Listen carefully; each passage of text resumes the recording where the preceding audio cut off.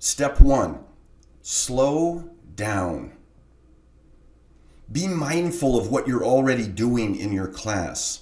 Just think about something you want to make more interesting, but don't overthink it. Maybe you're going through the motions of teaching the Constitution and want to ask why American justice should have to evolve through amendments before it's realized. Or maybe you're teaching Reconstruction and want to cover the psychology of healing from traumatic events. Whatever it is, make sure it's something that interests you. Your students can tell what you really care about and will follow you wherever you go. When you slow down, you're planting the seeds for real conversations to grow. Step 2, design a big question. Big questions stop students in their tracks because they're easy to understand but have multiple ways of being answered. They can start unforgettable conversations in class. Are African Americans better off now than they were before the Civil Rights Movement? What does better off mean anyway? To answer the question, you have to first decide on what better off means, and that becomes a discussion in itself.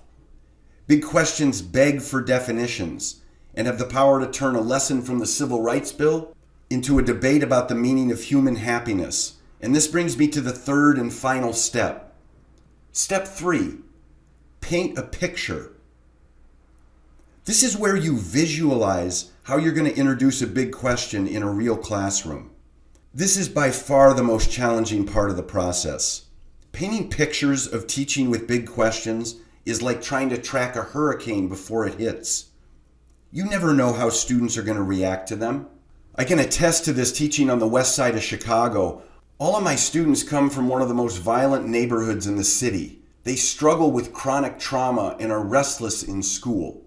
They have very strong opinions but aren't used to being asked what they really think about something, which is why when you put a big question in front of them, watch out. I usually put a big question on the board as students walk in to set the tone and get everyone settled down.